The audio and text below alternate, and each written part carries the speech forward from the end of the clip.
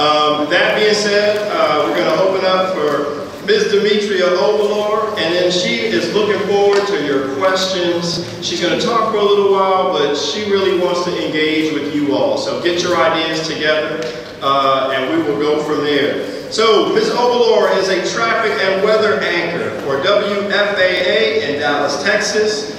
She appears on Daybreak weekdays from 4:30 a.m. to 7:30 a.m. And on midday.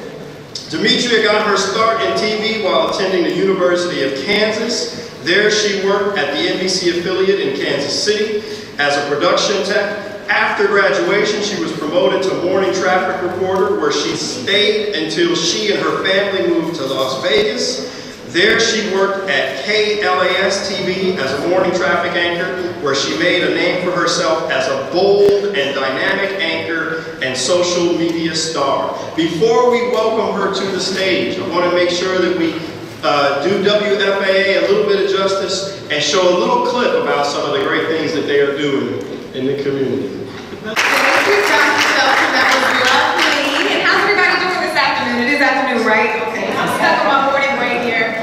Okay, just real quick, y'all know I don't do the weather, I just do traffic. I know there's a little kind of hiccup there by people. Even the station thinks I do weather. I don't know what that's about.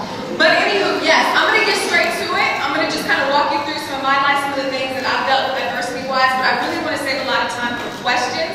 We're a little pressed for time today, but I hope y'all have questions first. I just want to make sure, because otherwise I can just talk for 40 minutes. Do we have questions? Are people going to have things to ask, maybe? Okay, cool. I just want to make sure, because I'm like, I don't want to leave y'all in this. Okay, all right. Well, first of all, thank you so much for coming out today. It's really a pleasure to be in front of you all. I have to give so much love to the DFW area. I know we call it like DAFW area, because we got to get Arlington in there right in the middle. So shout out to all of you, mad love, mad respect, because since I've come here, yeah, there have been some little hateful, racist moments, but for the most part, it's been love from the community, and I appreciate that, and I never, not for 1 second, take it for granted. And I think that's echoed in a lot of the community work that I do. In every state that I've worked, Missouri, Nevada, now Texas, on air, you know, I believe in getting involved in the community and really being about the things that you preach. And I feel like my record shows that. And it's not just because I wanted to show that, it's because that's what I believe in and that's just who I am. I care. I'm a very caring person. But anyway, all right, so let's get started, okay? I started off working in the news back in Kansas City, Missouri. That's my hometown. That's where I'm a Midwest girl, you know, something about it. You know about that Midwest hospitality, though? Just a little bit, just a little bit. I started off there, and you know, ever since then, I've just been powering through. So I've been on TV for about 6 years or so now. But I think the most interesting thing, a lot of people get to see me or little tidbits on social media, and they're like, "Wow, she has so much fun with it. Oh wow, you get to be yourself." And not for nothing, I don't want to make it look easy because it hasn't been easy. I feel like every little freedom that I have, whether it be from clothes to how I want to wear my hair, I've had to fight for it. And there's been so many people, so many women who've come before me who had to pave the way and hear so many hateful things, lose their jobs in order for me to even be standing here right now. And that goes for all of you too.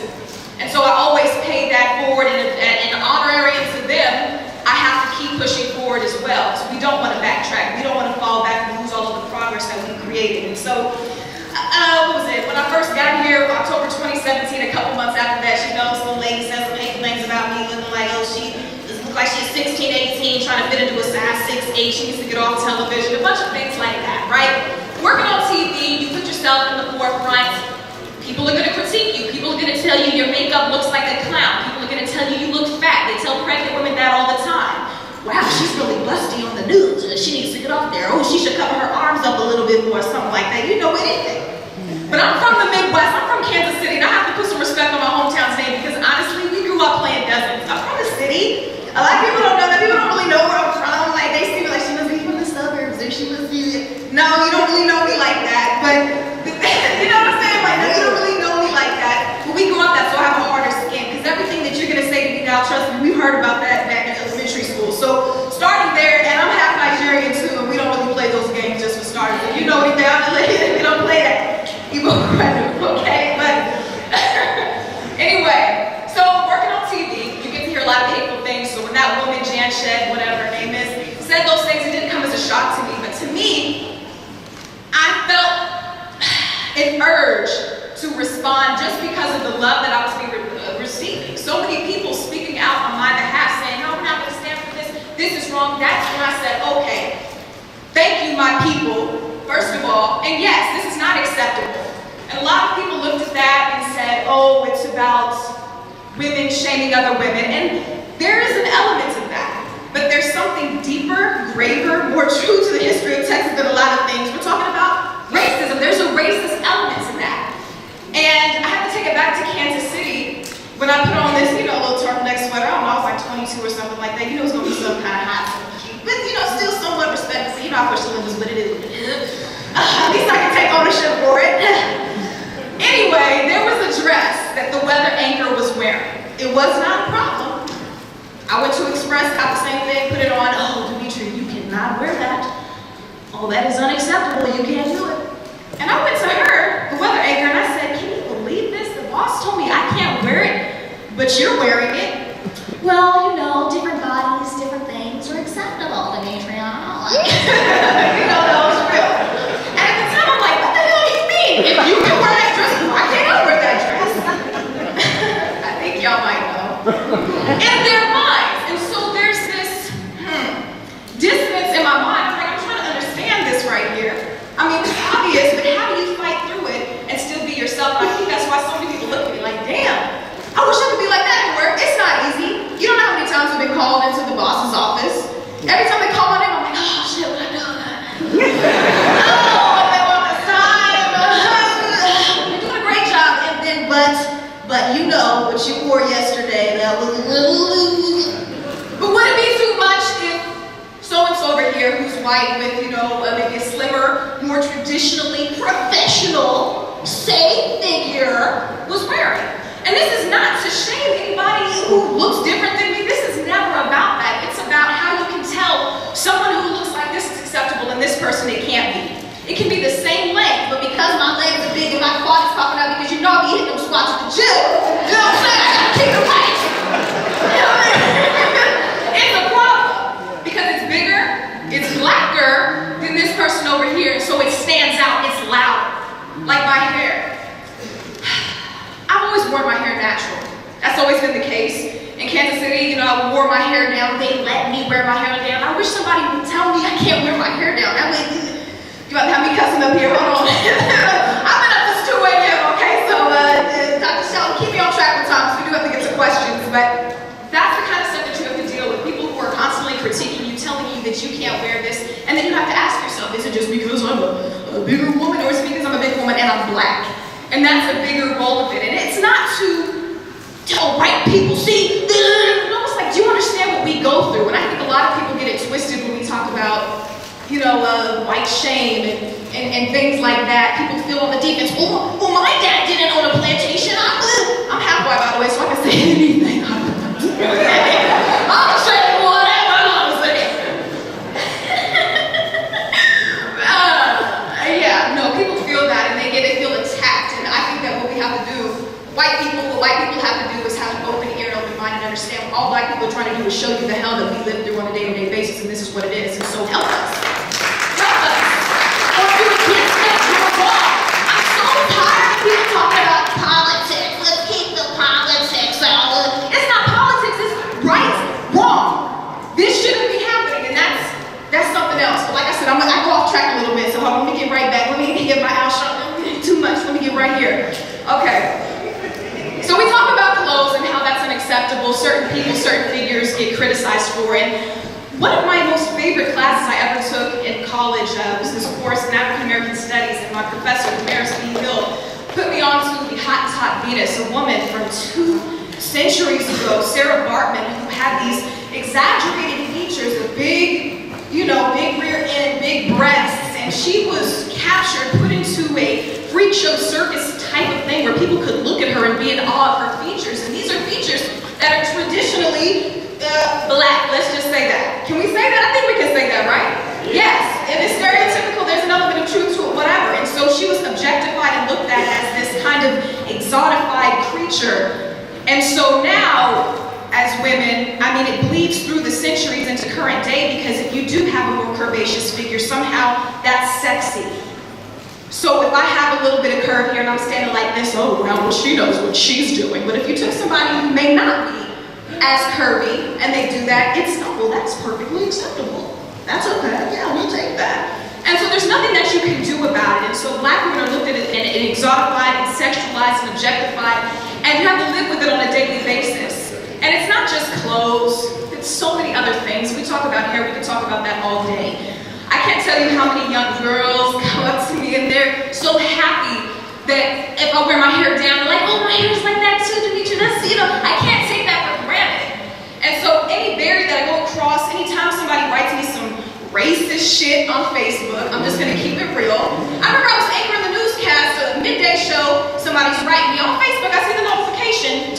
I don't know what ethnicity, creed, or religion that is, but that hair's just gotta go! Like, what? I've heard it here, I've heard it everywhere, it's really nothing new to me, it doesn't really hurt my feelings, but what hurts my feelings is the criticism that young children like that look up to me have to hear. And so that's why, you can't hear me what the hell you're saying, that don't mean a damn thing to me, but I think about the little kids and how that can shape their world by hearing something like that, and how it's our responsibility to craft and mold a new world that is more accepting of them and highlights them, and it just emboldens them to be the best that they can possibly be. And that's important to me. So if it's body shape, if it's hair, I think about people wearing braids on television. That's unacceptable. There was a court case not that long ago, a man just with beautiful locks was told, oh no, if you want to work here, you have to cut your hair. You saw a recent video of a wrestler in another state having to get his hair chopped off just so he could do the wrestling match. We get to hear that our hair is unprofessional, dirty. I heard that back in Las Vegas, some random ass man.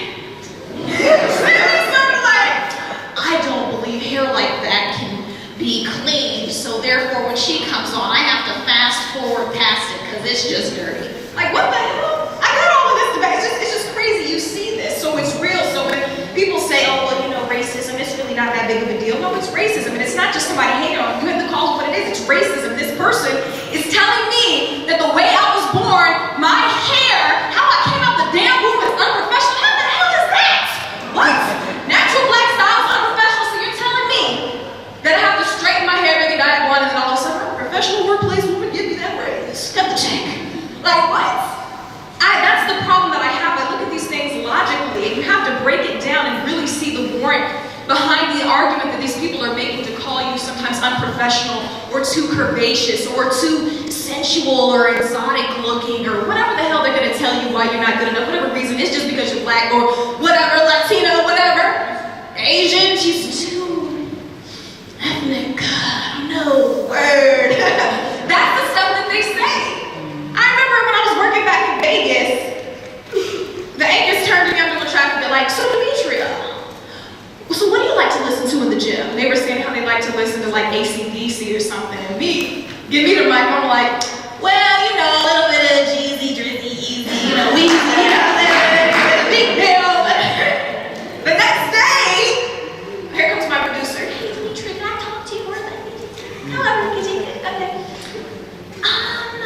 When you ad-lib, keep in mind I'm a traffic anchor, I ad-lib every damn day, okay? That's all I do, that's all my job is, just talking on top of my head. Demetria, when you ad-lib, you just sound, clubby. I'm like, well, what do you mean? Well, what do you mean there? What do you mean? Don't say black.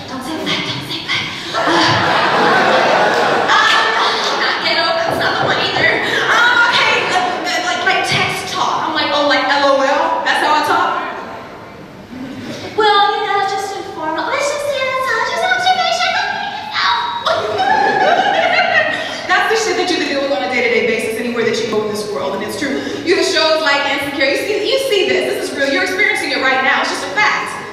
The way that you respond to something, maybe somebody tries to say some crazy stuff to you as a black female, and anything that you retort back, no, she's just so, oh, I'm scared. Oh, you scared, but you knew what the hell you were saying when you were saying it, didn't you? But you're scared now. I ain't giving you a reason to be scared, but we're not, because you know what happens then. It's that double standard of how people of different races can act and how they're tolerated and the stuff that they have to deal with. So when I look at myself, when people see on social media, people are like, oh wow, you get to have so much fun, or oh wow, these pictures, oh my god, you're just a Twitter honey, or whatever the hell they're gonna say, because I took a bomb-ass selfie and you mad? Oh god. I'm 27, I'm gonna live my life, I'm sorry, I'm not gonna just be Demetria reporting live for Channel 8 News, and how are you guys doing today? Are you having a great time? That's not who I am, and I can never be anything different than that. I can only be me, and I'm not selling you shit. If you don't like it, you don't like it. That's it, I don't care. It's whatever. It's whatever. You don't like it, you don't like it. You don't mess with me, that's cool, that's what's up. You know what I'm saying? But it's just the stuff that you can do on a day-to-day basis. And I know I'm going from point A to point B to point Z, but I guess the focal point of what I'm getting at is that as a black person, a black young person, and if we make the triple trifecta, black young woman, black young man in the workplace, throw that millennial stuff in there because they don't use that against you. So, oh yeah, just millennial, you live at home with your parents. You know, that's how they do you. You have that as you go into, no matter what you say, you're unqualified, you're disqualified, you're, too aggressive.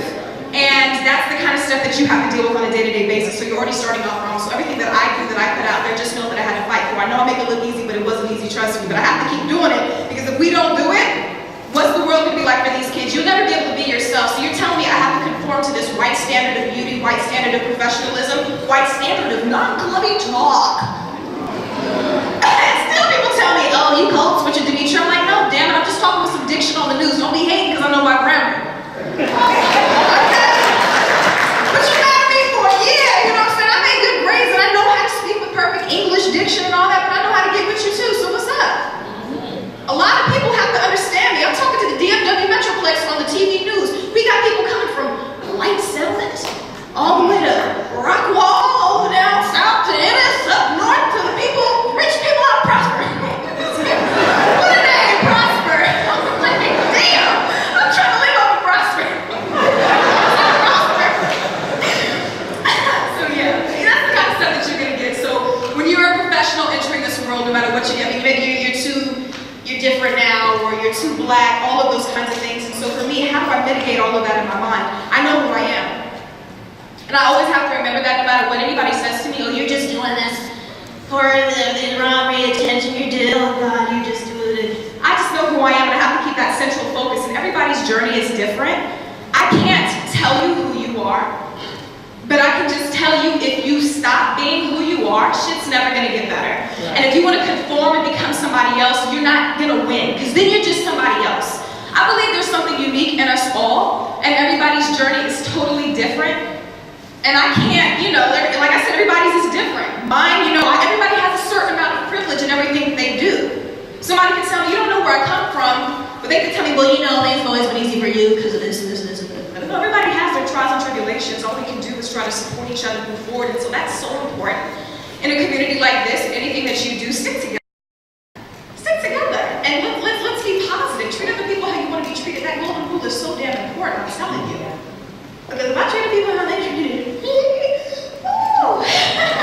just can't do it. It's crazy, because when you come from the city, you know how problems are handled, but you can't really do that in the professional workplace. So you have to know how to act right, and you have to know how to not go on your boss. You have to know how to pick your battles wisely, otherwise you'll be tired for the war. You can't fight everything. When you're from the city, you fight everything. Because if you don't, you're a punk. And they're gonna keep coming for you. So you learn that. You learned how to be strong. You learned how to stand up for yourself. Remember that lesson. And something that has helped me through all of the crap that I've had to hear through whatever boss it might be, whatever coworker who's plotting on my damn downfall, like, damn, I don't even know you. Demetria talk to me some type of way. It just made me feel less than. I'm like, girl, you would never heard me say something crazy to you, because if you did, it wouldn't just be tears. It'd be something else. But you have to remember that. But honestly, this is one of my most important lessons for me, because I'm a fighter. Like, I'm a lover, I got a big heart, all of that, but I'm a fighter to the core. And so for me, defending myself was like number one. Hell no, you don't get to talk to me like that. Hell no, you don't get to treat me like that. But I had to learn early on that sometimes you can take it on the chin and you can sit there. And just because you don't say anything back doesn't make you a weaker person. Sometimes there's strength in that silence. And so you use that. There's gonna be a time. There's a time and place for everything. But if you fight every single battle like that, like I said, you're gonna be tired from the war and you have to win that one. So you have to pick.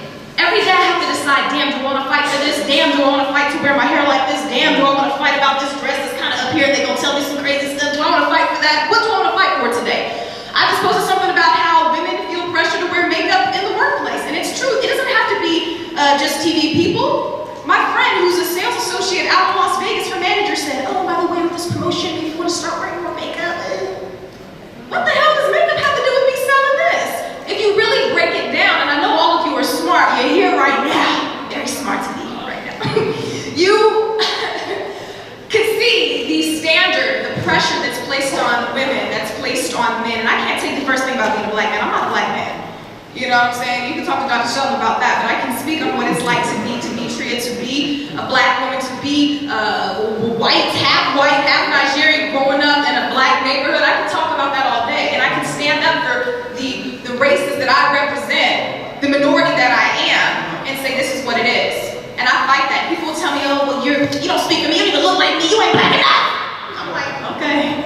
Look, but that's fine. And I understand why you would say something like that. I get it, because I know the damn history to the shit. So I understand it, but here I am still, and I'm gonna fight for what's right, because to me, that's what it's about. It's right versus wrong. Racism is wrong. Like, that's it.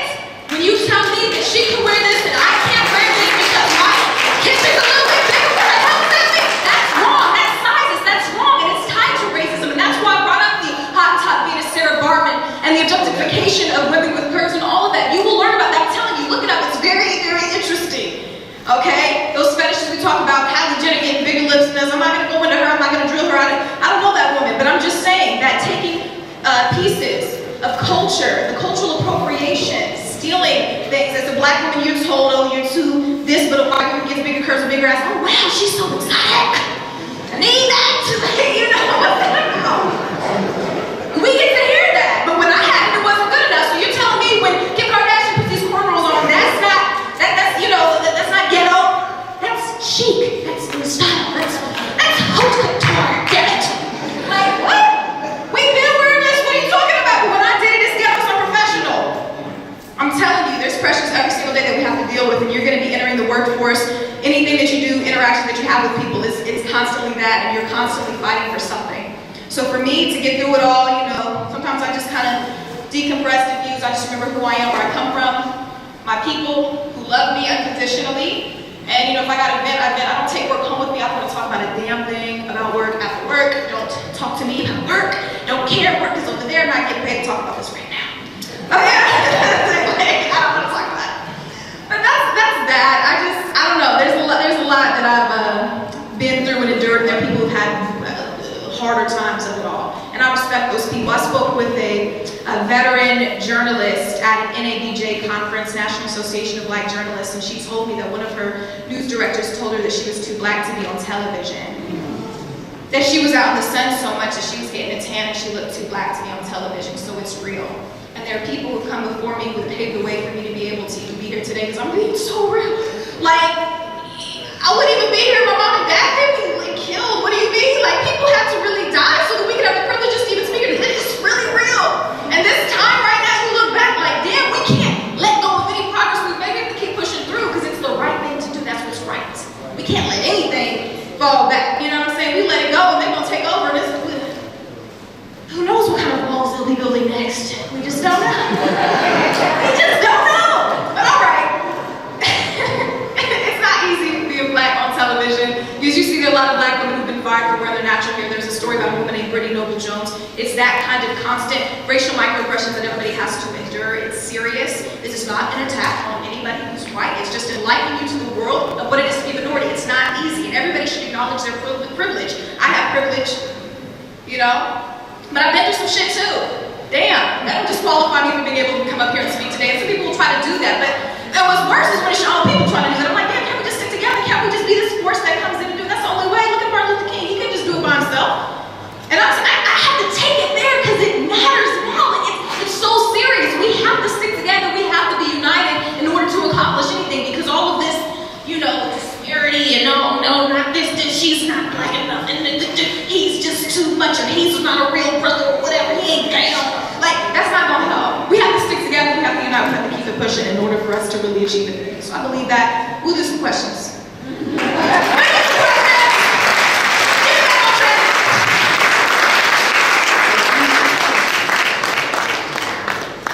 Did she keep it 1,000%? I'm just saying it's not easy. It's never gonna be easy, but anything worth anything is not easy. So you keep pushing, and I try to be myself because that's the only thing that I can live with at the end of the night. If I try to be somebody else to fit in, I can't do it. I just can't do it. I might as well just end it now. Like, that's how I feel. That's how I feel. And every time, if I have to be, if they won't let me do something, somebody won't let me do something, just, but I say, you know what, that's okay, that's the battle now. We'll wait for the war, because when it gets there. Right. I just wanted to tell you, I was listening to Jeezy this morning. At first, I thug motivation stand by All right, questions for Ms. Obilor. Yes, sir. Yes, I just wanted to ask, like, you have a very vibrant personality, like, especially on social media and on the news each and every day, and you have to wake up 4:30 in the morning. 2:30. 2:30, oh wow. My question is, how do you keep that same energy, like, each and every day, 5 days a week, during your job, and you're very engaging in that respect, so how do you keep that up each and every day? Ooh, bills come in on the 1st and the 5th. Let me take this because I gotta move a little bit. Okay, so I mean, yeah, that pays my bills. But you know, when I get home, I'm tired. Like, I'm a night owl. I really have never been a morning person in my life, but I do it and I enjoy it. Then I remember who I'm broadcasting for and the people that interact with me, and it just gives me natural energy. Because then I'm just being myself. Once you get up, you get past that. You know, it's loud. That's really loud. Loud, Dr. Sheldon. I didn't have nothing to do with that. I'm gonna just put it back here. So yeah, you know, you just make it happen. That's what you have to do. And I try to get enough sleep. I take it seriously. Don't call me after 6. I don't care what you got to say. I might be up on social media, but don't call me. That's my time. But no, you make it work, and it's hard. I'm not gonna lie to you. It's very hard. There are times I wake up and I'm just like, what's happening? Like, for real, I'm like in a daze. It's like, I've been sleep deprived for so long. Not getting enough sleep will kill you. It's not a cute thing. So I'm going to tell you right now, get your homework done early. Really get your sleep. I'm not. I swear, all of these diseases that we hear about, I mean, we talk about sleep apnea, we talk about diabetes, obesity, all of that can be traced, Alzheimer's, early onset dementia can be traced back to lack of sleep. I am not playing with y'all. Get the damn sleep. No, people like, oh, sleep is for when you're dead. No, you're going to die early. We get Dr. Hill to ask this question. Alex, can you turn her mic down a little bit, sir? Just hold it back here. That's better. First of all, my sister, Hey. thank you for being real. Oh, And I hope that all of you paid attention, because when you're real, that takes that stress off of you. So I just want to say thank you for being real and being a natural, beautiful sister. Thank you. Thank you so much. I appreciate that. And sending you that love right back. And I think it's necessary. There'll be a time to be even realer. You can read that in my book. It'll be $25.95 coming out in about 2 No, I just have to, because otherwise I wouldn't be able to sleep at all at night, and then I'd be fake, and I don't even know who the hell I'd be. And I only have one life to live. Like I said, like I don't know any other way to do it. And it's hard, but you have to maintain you have to be true to yourself in some form or fashion. It's not always easy, but that's why we have to have people that we look up to who paved the way and show us, and we have to keep fighting, and it's not going to be easy. Being easy would be to conform and just be this I don't know, mold of somebody else, but you have to do it because everybody wants to be themselves. Everybody wants to have the freedom to be able to listen to rap music in their car. You know, damn time people, oh my God, she's ghetto, oh my God, she's on the news, and then she listens to all of this, and the Ace, Sap, and the Who. Like, I'm like, but you know what? I like all type of music, I really do. But I was like, I'm gonna damn sure make sure I first of all, hip-hop, R&B, that's my favorite top 10. But I'm gonna damn sure play this so y'all know that this is perfectly acceptable to listen to as well. And you can't tell me that I'm ghetto or unqualified because I listen to this music, because that's my music. Here, here. You know what I'm saying? Like, seriously, it's like that's a battle too. Every damn thing is a battle. Like, I'm for real. Like, you hear me listening to, you don't even hear the critiques that I've gotten. Oh my God, I was rapping to Bad and Bougie one time. Woo, when it came out. Oh my God, did I get the talking to? That was a day. More questions. Hi, Demetria. Hey. I have a question. You work out a lot on Instagram and social media. What is your typical workout routine or your healthy habits and how you stay motivated? Okay, so I like to work out by myself. I like to listen to my good music, And I like, that's like my moment to like, and I like to be stronger, I like to feel stronger so I can really mess somebody up, like, oh, I'm strong over here, and it's just like a personal challenge for me. There's so many different routines you can take on. It's gonna be, pertaining to the individual. I like to do a lot of bodybuilding exercises. You see me do a lot of squats and stuff. That can be cardio as well. But here's the thing, like this is not something you just jump into. You have to know the proper form. You have to know the proper things. When it comes to eating, if anybody's trying to lose weight, my youngest brother's a professional bodybuilder. I've seen this man go from, he gets shredded, it's crazy. But the carbs, reducing carb intake and stuff like that. But for me, it's like an escape. That's like a hobby. I had to find a hobby. I'm like, I need something to do, so I'm bored. So I do that, but no, I take health very seriously. I suffer from hyperthyroidism. It's a thyroid disease, and it's just, oh my God, it's so annoying. Yeah, so it can cause your weight to fluctuate, your metabolism to go down the drain, and for me, I've seen how important health can be. My dad had to have a kidney transplant from one of my brothers. He had end-stage kidney disease. And it's just so important. Take care of your health. Health is wealth. Because you can be as successful as you want, but if you're over here, look at Steve Jobs. And I'm not saying you can do anything to prevent that, but I'm saying you can have all the money in the world, but that could be it. So do the best you can for prevention. And and it's not cheap. Eating healthy isn't cheap. I don't know if it's healthy. I eat a lot of Chipotle. I do. Like I eat a lot of Chipotle. I like to get salmon. I like to have my vegetables.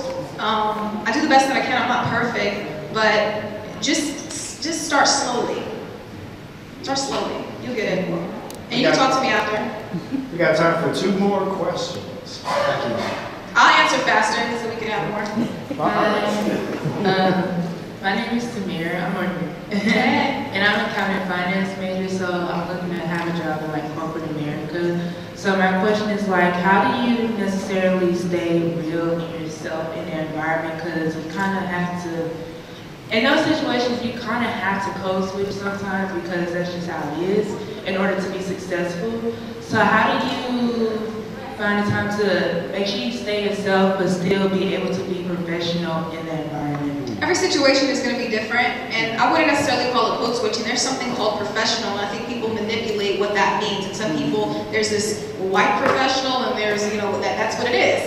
But there is a thing that's above that, and it's called actual professionalism, and it's treating people with respect. And there are going to be plenty of people who are going to disrespect you. And I'm not saying that you have to take it like a dog on the ground. I'm not saying that. I'm not saying that you need to cuss them out and let them know that you're from Obilor. Like, no, I'm not saying that either. So you're going to have to find a way in that moment to respond. Keep your calm. And if you are an angry person, like I've been an angry person, you're going to have to take steps to remedy that. You're going to have to take some deep breaths, and you're going to have to really think about every single moment and calculate, is it worth it this time? Some people say it is worth it this time to quit right there because somebody's treating you badly, and then you need to find another job. But don't ever look at something like that's the only way that you're ever going to make it. And I think that's the trap that a lot of people fall into. They believe that their job is who they are, and that's not it. It's just something that you do. So people look at me and they expect me to fall into this line of like, well, you're a reporter, you're supposed to be like this. I'm like, no, bitch, I'm Demetria. I'm supposed to be like this. I'm sorry, I can't air on TV, but I'm just keeping it a buck. That's how I feel. That's how strong I feel. Like that's who I am. That's just who I am, and that's what you have to remember. You're you. So how are you going to do in this situation? And is this job your end all be all? This is the only way that you can make it. This is the only stair ladder. This is it. Is that the only way? Because they'll trick you into believing that. And if you choose to believe that, then that's your trap. So you have to remember who you are and what you're willing to take. And I don't know what your threshold is. I don't know how well you're going to mitigate those situations, how diplomatic you can truly be. You're going to have to work on that and face them in those moments and learn from mistakes. I've made mistakes. I'm like, I was making a joke with somebody. I thought it was a joke. Next thing you know, I'm getting a call. Well, they felt that it was not a joke. I'm like, damn. I was like, this is how I joke with my friends, but it's different. And so I could give you everything that I know, but you're going to be hit with a situation that you've never heard of, and you're going to react how you react. You're just going to have to learn in that moment and keep it pushing. But don't let those, I don't even call them failures. It's just a damn experience. And if you didn't excel the way that you wanted to, guess what? Learn that lesson next time, do better. And keep it pushing. You have one life to live. Don't let something be your end all and that's it. This is the only way it could ever be anything. That's not true. I got a million ways to get it. Choose one. That's Jay-Z right there. You know what I'm saying? There's so many different ways. Rap music, you gotta listen to it, man. You get your advice right there. Next question. Nobody question? I'm over here for a reason. I'm coming to y'all. Nobody here? Nobody here? All right.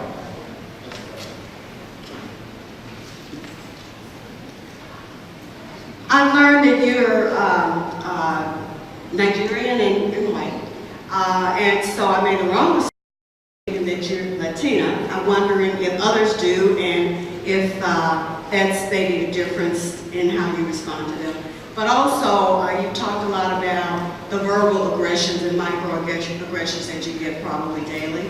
Have you had any physical aggression? And I'm just thinking that Jesse Smollett is in the news for being attacked, and often the way we look, who we are, you may be attacked physically. And I just wonder, is that in your history, how you coped with it or responded to it? No one from the public has ever put their hands on me or tried to attack me, although there have been threats of violence. I've just been, lucky to this point that hasn't happened to me. I know people who've been, just horrible things. One of my friends, she's pregnant, reported on the side of the roadway, black, getting called all type of words. So you get assaulted that way. Some people have actually been physically assaulted. I've been stalked, which is an assault. By a couple people, and that's not acceptable, and that really can change the way that you live your life. When you're out in the public, you put yourself out there for anything, for the mean things that people say, for anything, for those people who will find where you live, people will follow you home, people can, fantasize over killing you, fantasize over having sex with you, and cross lines. And that's happened to many people on the media, people who've been raped and murdered in their house because people are unstable and they have issues. So yeah, you do that. But coming back to the Latina thing, yeah, some people say that. I mean, I guess, I don't know. But they, I tell them, no, that's not what it is. So, you know what I mean? But to me, I love all people. If you're a good person, you're a good person. And I believe in that. I've experienced a lot of love in my life. I'm very grateful for that. So I know what love looks like. I know how to give it. And, if they do, I'm like, that's what's up, you know what I'm saying? Well, watch the news, because we put on for the Latinas too, what's up? Let's get the view like that. No, I have love for all people. But no, that doesn't, but I'm not going to act like I'm something else. My hair's just slicked back right now, but if I put it back, you'll see, it's not. My brothers, no. But, just do the best that you can each and every day. Try to be yourself. If you don't know who you are, you have to find that out for yourself. That's going to be the biggest guiding factor, because we can talk about confidence all day, but if you don't know who you are, what you want in life, none of that other stuff is going to matter. That's just like mayonnaise on a damn sandwich. It won't matter.